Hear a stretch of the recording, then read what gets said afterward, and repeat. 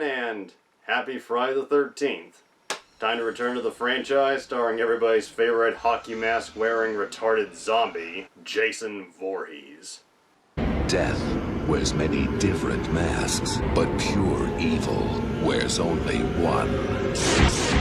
And as some of you might notice, I'm not wearing the traditional Cheech and Chong Up in Smoke shirt that I've been wearing for every Friday the 13th review I've ever done, and that's because today's movie merits a little change in wardrobe. Today we're looking at the 9th fucking entry in the Friday the 13th franchise, Jason Goes to Hell, the final Friday.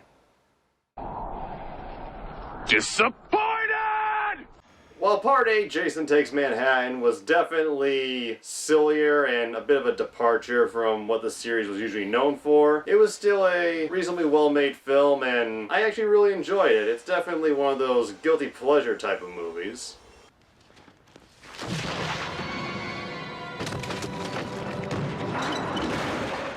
Jason Goes to Hell, on the other hand, this is definitely what I would call one of the worser entries in the Friday the 13th franchise. Is it the absolute worst? I should go wash up. Okay, sugar. No. Is it the dumbest?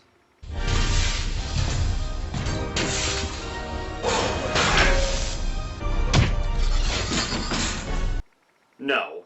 But it is definitely the craziest.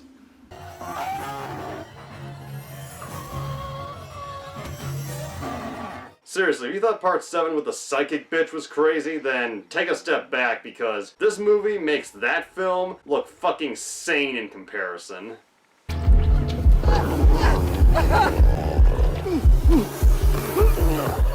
Made 5 years after Jason Takes Manhattan, Jason Goes to Hell saw the return of the series creator, Sean S. Cunningham, the first film he had been involved in since the original Friday the 13th in 1980. Cunningham came on board as a producer to oversee the film and possibly transition into the much-awaited crossover between the Friday the 13th and Nightmare on Elm Street franchises. And after successfully negotiating with Paramount to sell the rights of the character Jason Voorhees to New Line Cinema, it looked like the Freddy vs. Jason crossover was not that far away.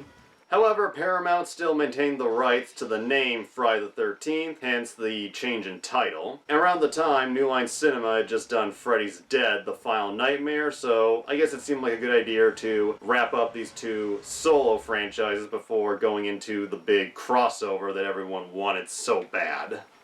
It must be the money, huh? It must be the money. Turns everything to crap, you know, but Jesus Christ, how much money do you guys really need? Cunningham brought on Adam Marcus, who he had worked with previously, to direct the film, and at 23 years old, Adam Marcus was the youngest director this franchise has ever seen. Alongside Jay HUGUELY, a former singer and former producer of Magnum P.I., Adam Marcus worked on a story draft for the film, which Cunningham didn't think was very good, so he brought on Dean Lorey. Lorey being another TV writer who would later find success writing for the comedy shows My Wife and Kids, Arrested Development, and iZombie. With the original creator back on board and this mixed bag of newcomers, Jason Goes to Hell, The Final Friday was finally ready to be brought to the big screen, and whew boy, they should have spent a little more time on developing the story, cause this film is a fucking mess. Oh, shit! Before we even dive into the plot, we gotta talk about the first problem with this movie, the title. Jason Goes to Hell, the final Friday. First, this is the second film in the franchise to have the word final in the title. Friday the 13th, the final chapter. Yeah, we saw how final that was. Why won't you die? And number 2, Jason Goes to Hell. Much like Freddy's Dead, The Final Nightmare, my first thought when I see this title is, spoilers? But I digress, the plot is where this movie really goes off the rails. Taking place an uncertain amount of years after Jason Takes Manhattan, which ended with Jason being doused in toxic waste, and for no explained reason whatsoever, being transformed into a child. Right. We cut to Camp Crystal Lake where we see a random woman making her way to a cabin. And I give it credit, this is a reasonably tense sequence, albeit by the numbers, where the woman goes through the cabin, not sure what to expect, and then in typical slasher fashion, strips naked for the shower. After hearing another weird noise, Jason shows up. And he's now a fully grown adult again. Hockey mask, clothes, machete. Sure. Why not? It made no goddamn sense when he was turned into a kid, and here it makes even less goddamn sense. Jason chases the lady through the woods where it turns out she's actually an FBI agent, and this whole thing was actually a big sting operation to finally corner and kill Jason.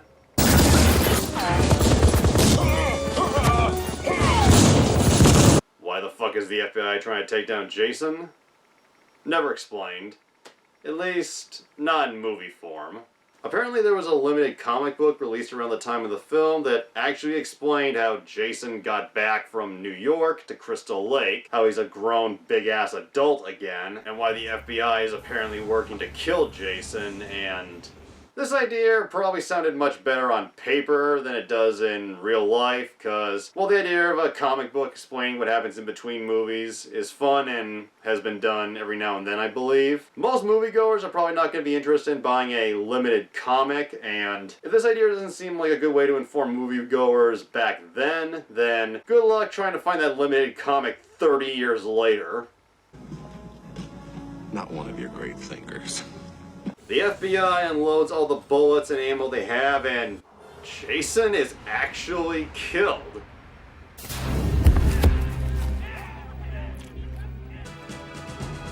It's almost too easy. Jason's remains are brought to the morgue where a very weird, smart-ass coroner named Phil, played by recognizable character actor Richard Gant, notices Jason's heart is still beating.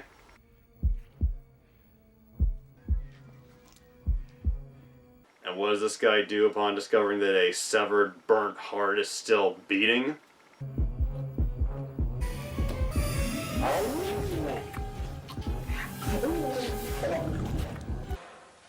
Why? Yeah, the coroner, for whatever reasons, it's unclear if the heart possessed him through supernatural means or based on the way he's acting, he's just that much of a weird fuck. He eats the whole fucking heart, causing Jason's soul to transfer into the coroner.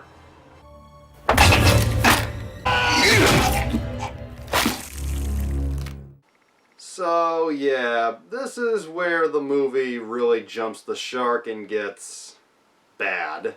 We have a Friday the 13th film called Jason Goes to Hell, and Jason is barely in it. With the exception of the first and final scenes, Jason Voorhees in his traditional form is not seen. Instead, we see all these random side characters being possessed by Jason, just jumping from body to body, possessing the next poor unlucky sap, and these actors trying their best to put on a creepy performance that they think Jason would do, but for the most part what I can think is, I would expect a little bit more of Jason in the movie that has his fucking name in the title. And how's that a slasher film? What are you talking about? A slasher. Couple of kids naked in a lake. Certified maniac on the loose. Not a ghost. No surprise, Jason heads back again to Camp Crystal Lake, where we see the town has really embraced the infamousy of Jason and his many serial killing sprees. Particularly at a fast food diner where hamburgers are cut in a way to look like Jason's hockey mask. What? Really? Wow. Jason attacks a waitress from the diner named Diana, played by Erin Gray, and tries to put his soul inside her.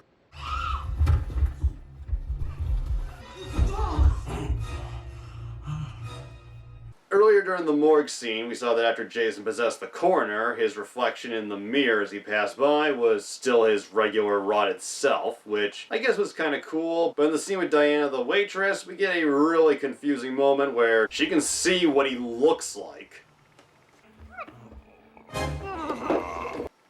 fuck can she see that?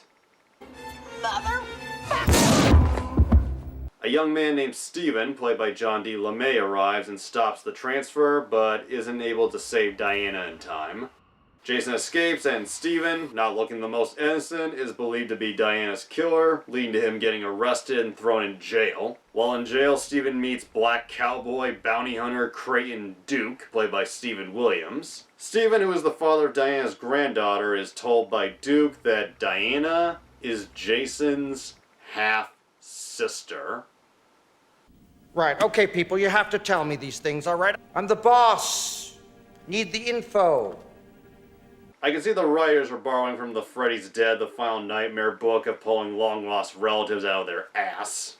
Duke reveals that Diana's daughter, Steven's ex, Jessica, is the only one who can kill Jason, and if Jason possesses another Voorhees, he'll be indestructible as he was before. I'm confused. You said he's dead. How Duke knows all this is your own fucking guess, because the movie never bothers to give him any backstory. I sense a disturbance in the plot. In a move that would realistically get him shot, Steven escapes and heads to the Voorhees house, where Jessica's tabloid reporter boyfriend arrives, and it's overheard that he's stolen Diana's body from the morgue and stored it in the house to be discovered during a live news coverage. I stole Diana's body, and then I went home and fucked her daughter. I'm on TV. Oh, guys. I really don't know what to say other than it's kind of funny just how nonchalant this slimy reporter is when talking about stealing his girlfriend's dead fucking mother from the morgue. But this two-faced cunt never gets the chance because Jason jumps and possesses him. I thought love was only true in fairy tales. Before he can get to Jessica, Steven saves her and tries to explain what's going on, and yeah, this is another example of one of my least favorite cliches. The guy who knows everything, going on a tangent, screaming his head off like an insane person, and getting frustrated when the person he's talking to doesn't believe him. And what a shock, Jessica, played by Carrie Keegan, doesn't believe him, kicks him out of the car, and heads back to the station. Steven is eventually taken in, just as reporter Jason arrives to try and possess Jessica again. And in a really retarded but hilariously awesome stunt, Steven jumps in the air, gets his cuffed hands in the front, escapes again, and rescues Jessica. Not believing him, they head to the diner to pick up their baby. In the midst of this chaos, Duke manages to escape. Steve and Jessica arrive at the diner, leading to a pretty badass fight between Jason, Steven, Jessica, and the diner staff.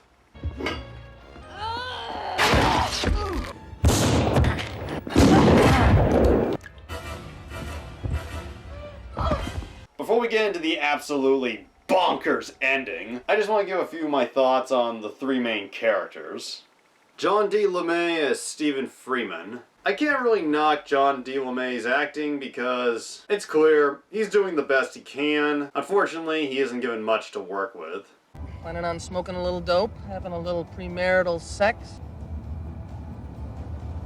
The character of Steven is, we come down to it, pretty lame. He comes off more like a dork who would be killed halfway through a slasher film as opposed to the main character. Whatever Jessica saw in this dweeb is beyond me. And apparently the Steven character was originally written to be Tommy Jarvis, the previous protagonist of the 4th, 5th, and 6th films, but Paramount still owned the rights to that character, so they had to change it, and I can see this character as Tommy Jarvis. Whiny, irrational, and really causes more trouble than does any good.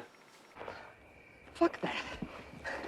Fun fact, John D. LeMay was the star of the Friday the 13th TV series for its first 2 seasons. The show had nothing to do with the Friday the 13th movies or stories, but still a fun fact. Carrie Keegan as Jessica Kimball.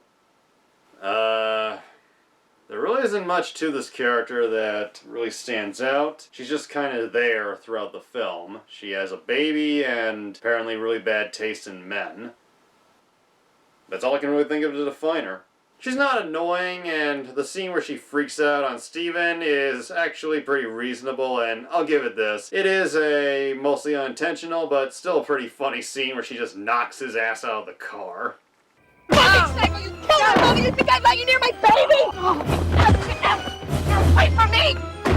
Apparently, Carrie Keegan had a difficult working relationship with Adam Marcus, mainly stemming from the fact that she has a shower scene in the film, and Marcus wanted her to appear naked, but she refused, and according to her, he kept pressuring her, telling people she would, and this led to a lot of animosity between them, to which Sean Cunningham had to come in and handle the last few days of filming. God damn! What the hell somebody gotta do to get a little decent help up in this motherfucker? Stephen Williams is Creighton Duke. Fresh off his stint as the captain on the 21 Jump Street TV show, Stephen Williams did not pick the right film to break into the movie business. The way Creighton Duke is presented, it comes off like he's supposed to be the hero of the film, that he's this tough, cool bounty hunter, but he's really not. Well, that makes me think of a little girl in a pink dress sticking a hot dog through a donut. That's the stupidest thing I ever heard of. The character is not on screen that long, and he actually spends most of his screen time in jail after harassing Diana the waitress, coming off, honestly, like a sexual predator. She ain't had a taste of the Duke yet. The character of Duke really doesn't do anything to merit the title of hero, and it's clear he is a lot cooler in his mind than he actually is. And the biggest example of this is the scene where he's in the jail with Steven, and he tells Steven he knows how to defeat Jason, and instead of just telling him, helping him out, he tells Steven that the information comes with a price, and he has Steven put his hand through the bar, and Duke breaks his fucking fingers. Oh, jeez! The ones he's jumping in and out of, they can't last. They get diseased, he gets weak. Never explains why he's doing it. He just says, give me your fingers so I can break them and I'll give you the information. It's just so cruel and petty that it honestly makes Jason seem like a nicer dude. Are you ready to pay? Oh, fuck! Adam Marcus says he cast an African American after being influenced by George A. Romero's frequent casting of black heroes in his horror films. If that was your goal, to create a black horror icon that was on the same level as Dwayne Jones as Ben from Night of the Living Dead, then I'm sorry, Adam Marcus. You fucked up. Why don't you blow me, Chief? And now, time to get into the balls to the walls ending that Jason Goes to Hell is best known for, and had to take a lot of notes for this ending. The finale brings Jessica to the Voorhees house where Duke tells her, with the baby in tow, that only she can kill Jason. He gives her a special dagger to do so. It even shims. Nice. Not thrilling, but nice. The dagger, if you pay close attention, bears some resemblance to the Kandarian dagger from the Evil Dead movies. In fact, earlier, when Steven was in the house, he came across the Necronomicon. Adam Marcus has said this was originally supposed to tie Jason to the Evil Dead universe, and that the book was supposed to be part of a big backstory where it was revealed that Jason's mother used the Book of the Dead to bring her son back, which would then explain why he's so indestructible in the early films. Not saying these franchises can't exist together, because that would be awesome, but this idea that Marcus presented is just dumb. I tend to drink when I write. Also in the basement is the crate from Creepshow, and in the front yard is the jungle gym from Alfred Hitchcock's The Birds. I have so many questions. The sheriff and a deputy arrive at the house, and not sure which one is possessed, Jessica just runs at the sheriff, who turns out to not be possessed. Oops. And interesting to note, while possessing the deputy, Jason technically spoke. Get the hell away from her, Ed!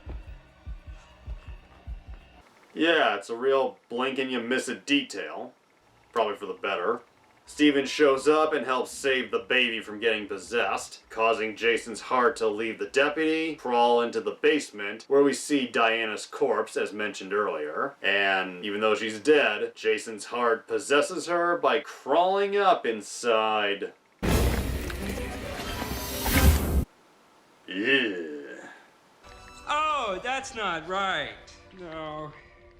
I'm both frightened and aroused. And in a mere matter of seconds, and completely off screen, Jason reassembles into his old form, hockey mask, clothes and all. Duke tries to fight Jason, screaming, "Remember me?"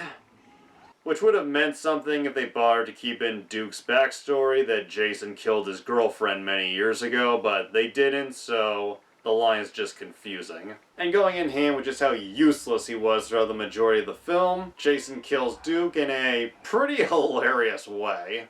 Die!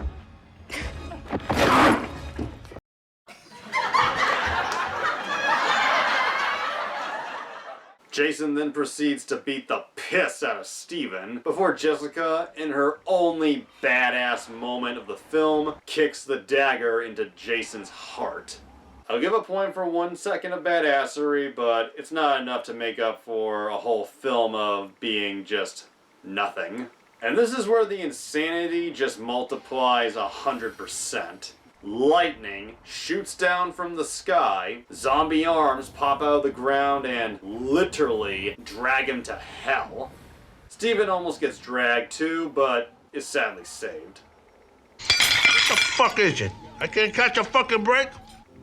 As the sun rises, Steven and Jessica walk off into the sunset. Not really sure they had enough chemistry to merit a touching moment like this. We see Jason's mask lying in the dirt, the only thing of him that's left. And then we get the most awesome, intentional, not unironic or accidental moment in the film that honestly almost makes sitting through this crazy, wild mess worth it.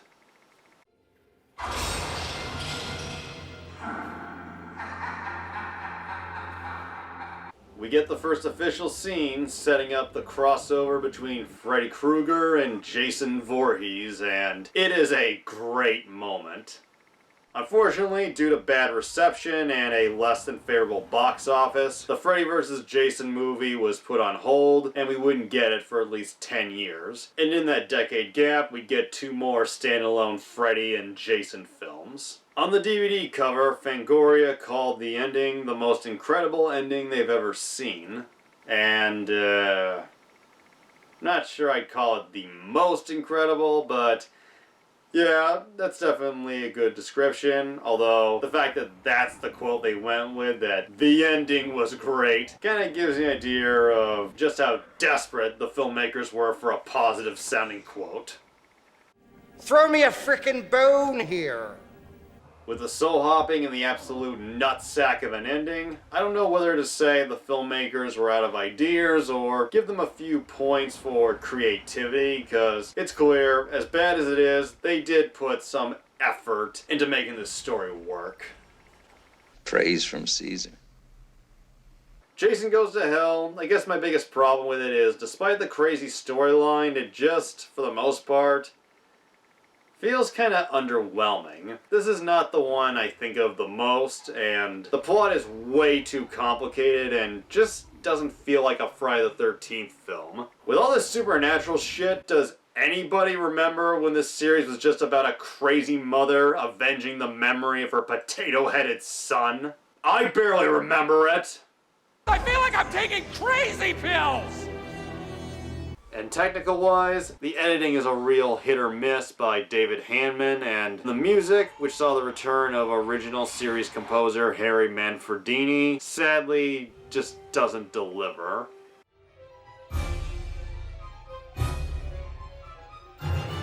And because it's always good to save him for last, Kane Hodder. Kane Hodder was just alright as he usually is as Jason, but it would have been nice if we got to see him for more than 5 minutes. Although they kind of make up for that by giving him 2 other roles in the film. When Jason possesses the coroner at the beginning and is leaving the morgue, he passes by 2 security guards, one of which is Kane Hodder himself and is natural appearance, and I'll admit, this is a real funny scene where Kane says to the new Jason, We really nailed that fucker. You want nothing but a big old pussy anyway. yeah, I know, dumb, but it is a little funny. And I guess to add an additional name to his list of iconic slasher characters, Kane actually played Freddy Krueger by putting on the glove at the very end. One word. Sean S. Cunningham found the finished film overall embarrassing. Cunningham said that Adam Marcus came to him and said, "The last thing the fans want to see is Jason dropping off teenagers again at Camp Crystal Lake." I don't think Adam Marcus got Friday the 13th. You just don't get it, do you? You don't. Hell, we don't even get a scene where Jason is unmasked and get to see his grotesque face. I mean, what the fuck? But beyond the convoluted storyline and the lack of Jason Voorhees, how does the film do in what the series is most known for? The gore and the nudity. The gore, at least in the unrated cut, is one of the better aspects of the film. The makeup by Robert Kurtzman, Greg Nicotero, and Howard Berger is pretty top-notch. Standout moments include the scene where two campers are having sex and...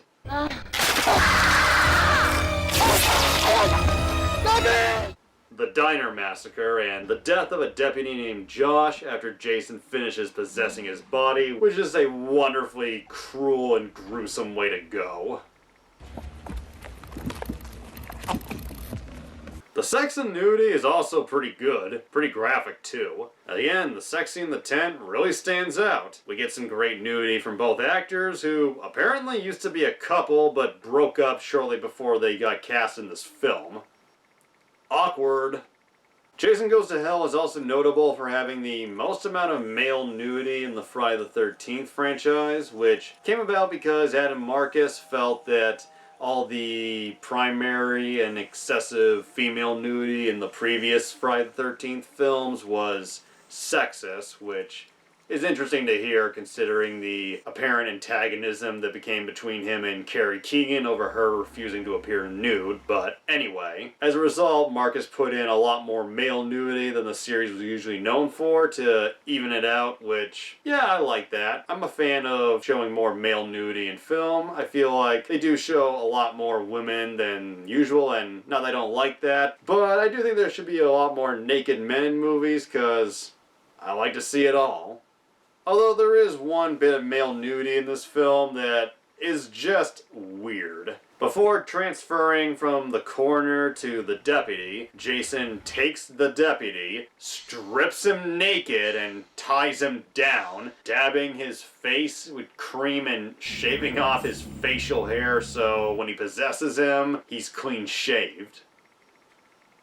Okay, two things. One, why would Jason take the time to shave the motherfucker? I mean, he was in the coroner for several days and he never bothered to shave his mustache. And two, as much as I'm for showing more male nudity, I think Adam Marcus could have at least chosen an actor who was actually appealing to look at. And on that pervy note, I think I'll wrap this up by saying Jason Goes to Hell The Final Friday is my second least favorite entry in the series.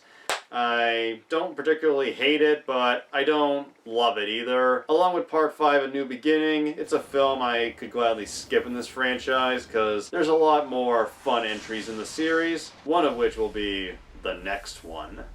The